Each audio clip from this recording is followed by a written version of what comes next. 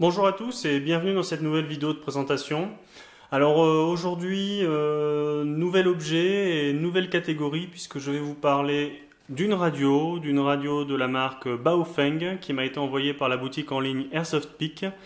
Et cette radio, c'est donc le modèle, on va essayer de le voir ici, BF UV5RB. Vous pourrez la retrouver sur le site d'Airsoft Peak en rentrant le code 13047. Voilà, donc je vais déballer cet article et je vais en profiter pour vous rappeler que la boutique en ligne Airsoft Peak vous offre un bon de réduction d'une valeur de 5 $ à valoir sur votre prochaine commande passée chez eux en rentrant le petit code que je vais très certainement insérer en haut à gauche de cette vidéo. Voilà, donc merci à eux. Donc on déballe tous les objets, j'en profite aussi pour vous dire que j'ai déjà déballé cette radio pour pouvoir un petit peu l'essayer, c'est pour ça qu'il n'y a plus les plastiques de protection, mais normalement vous avez tout sous plastique. Donc vous pouvez voir que c'est un pack très complet, puisque vous avez la radio, sa batterie et l'antenne, vous avez un dock d'accueil pour la recharger, un chargeur qui va bien pour nos prises, type européen, un clip pour mettre cette radio soit à votre ceinture, soit à un passant molle, une attache pour la mettre au poignet et enfin une oreillette avec micro pour pouvoir l'utiliser si jamais vous n'avez pas de PTT ou de headset associé. Voilà, petite chose en passant, les choses ici sont vraiment très bien faites et très claires malgré que ce soit pas du français. Vous pouvez voir, toutes les indications sont mises sur le chargeur et la station de charge. Donc vous n'avez pas à vous inquiéter outre mesure. Donc on va retirer tout ce qui ne va pas servir. Voilà. On va monter la radio.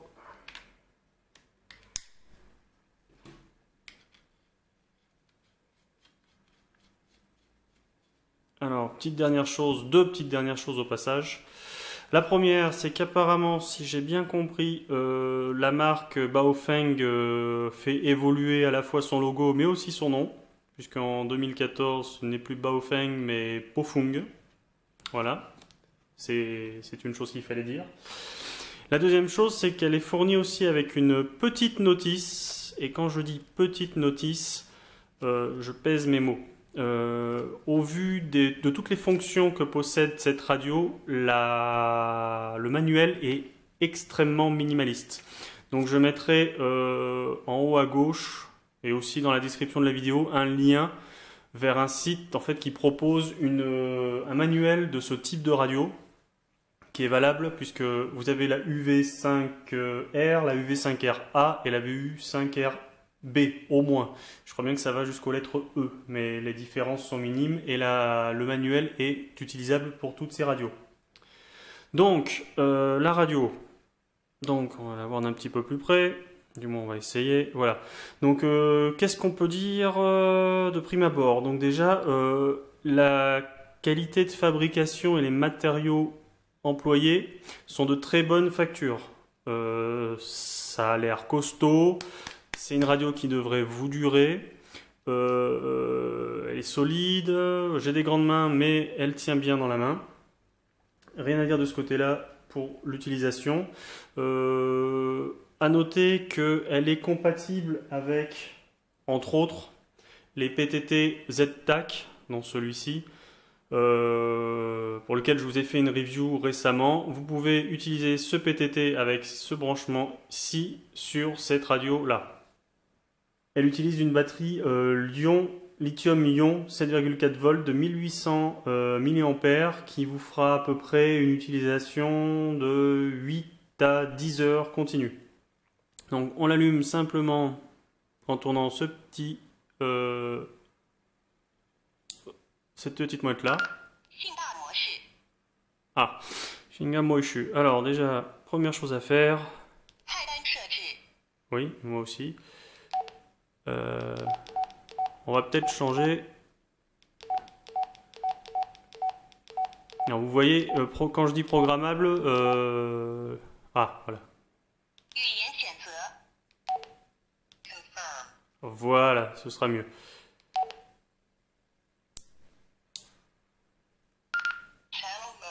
Voilà. Donc on est repassé en langage anglais. Donc vous avez pu le voir pendant que je parcourais tous les menus.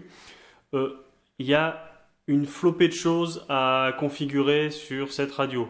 Je pense pas que nous autres airsofters du dimanche ayons vraiment besoin de toutes ces fonctions-là. Le fait est qu'elles sont disponibles sur cette radio. Je pense pas qu'on utilisera plus de 20-25% des capacités de cet appareil. Donc la chose étant dite, on va parler en fait de l'écran. Alors quelques petites choses. Donc vous avez pu le voir, voilà, l'écran est rétroéclairé. Donc vous avez différentes lumières qui vous indiquent donc par exemple c'est programmable bien sûr. Quand vous parlez, elle se rétroéclaire en orange. Et quand on... Alors je ne sais pas si je vais pouvoir le voir. Ah bah voilà. Donc là je capte quelque chose, c'est du bleu. On va pas rester comme ça longtemps. Channel mode, voilà. Donc le clavier est rétroéclairé. Vous avez alors deux petites choses sympathiques, plus ou moins utiles cependant. La première, c'est que vous avez une lampe. Oui, une lampe sur la radio. Ça peut vous permettre de lire une carte, par exemple, on va dire, lors de certaines missions nocturnes. Et autre chose aussi d'assez intéressant, si vous vous ennuyez lors d'une partie, vous avez une fonction radio FM.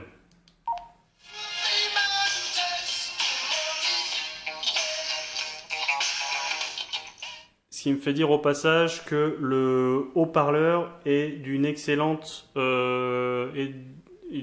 qualité, hein. On a vraiment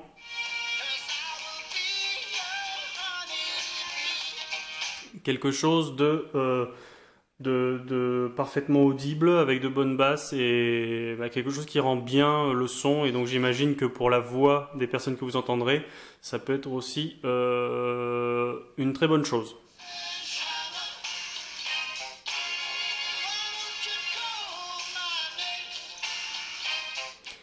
Voilà, on va la rallumer. Donc comme vous pouvez le voir, ou comme je vous l'ai montré plutôt, vous avez un menu, vous pouvez tout configurer sur la radio, donc la voix, on l'a vu tout à l'heure, les écrans, les canaux, les bandes, si vous faites du VHF ou du UHF, enfin vous avez même des... Bon, vous avez une liste, une énorme liste de choses à configurer, donc je le répète, hein, je mettrai un lien vers un manuel en français, bien plus complet que celui que vous avez ici. Effectivement, c'est une radio que l'on ne va pas forcément, nous autres airsofters, utiliser à 100% de ses capacités, bien loin de là. Autre chose aussi qu'il faut forcément préciser, je ne l'ai pas montré tout à l'heure, je vais peut-être le montrer quand même. Hop là, Power 5 watts. Voilà. Donc il est à noter que en France, au niveau de la législation, je crois bien que la radio ne doit pas dépasser 500 milliwatts, ce qui fait 0,5 watts. Ici on est à 5 watts, ce qui explique pourquoi la portée de réception indiquée par le constructeur est de 1 à 3 km. C'est assez énorme. Donc la puissance est trop importante pour notre pays. Ce n'est pas une norme PMR 446. Donc en fait, pour faire simple, pour pouvoir utiliser cette radio, vous devez soit vous acquitter d'une taxe ou alors obtenir une autorisation. Si vous avez ni l'un ni l'autre, je le précise, vous êtes en infraction avec les lois en vigueur. Sur ce, c'est à vous de voir et c'est à vous de prendre la responsabilité d'acheter ou non cette radio. Je ne pousse pas à la consommation sur ce genre de produit, d'ailleurs sur aucun produit.